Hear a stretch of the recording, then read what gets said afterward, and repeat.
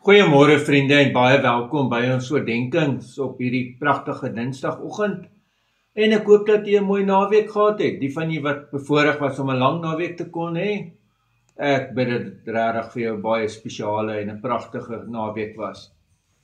Ons gaan voort en ons is al by Jesaja 35 en volgens vers 1 en 2. Nou hier gryp God in. Gister het ons eintlik die oordeel beleef, hoe God daar ingryp in antwoord op dit wat aan sy mense, aan sy volk gedoen is. Nou kry ons 'n nuwe tema in vers 5 en hoofstuk 35, wanneer nou aangaan met wat het gebeur wanneer God ingegryp het, wanneer God se redding aangebreek het. Hoor hoe mooi is dit. Laat die woestyn en die dor land hulle verheug. Laat die Araba juig en blom soos 'n tulp. Laat dit welig blom en juig. Ja, met 'n gejuig en 'n gejubel. Die heerlikheid van die Libanon word daarin gegee. Die glansrykheid van Karmel en Saron. Hulle sal die heerlikheid van die Here, die glansrykheid van ons God sien.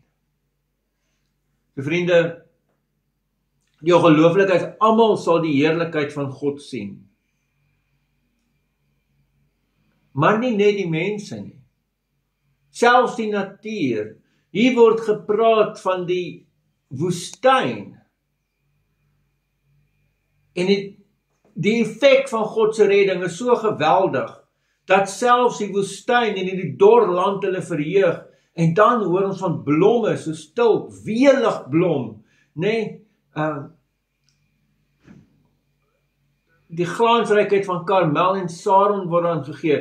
En dit is 'n gebied wat bekend was vir die hele veeweiding en pragtige veldblomme. En dis hoe die woestyn gaan lyk. Ja, ongelooflike profesie. Kom ons bid saam. Here almagtige God, baie dankie ook vir hierdie pragtige teks. Ja, Here, dankie dat as U ingryp, dan verander dit selfs die landskap, selfs die natuur.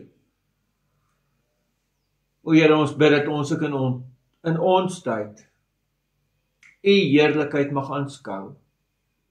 In die naam van ons Here Jesus Christus. Amen. Vriende, mag jy baie mooi en mag jy ook 'n baie geseënde dag hê. Totsiens.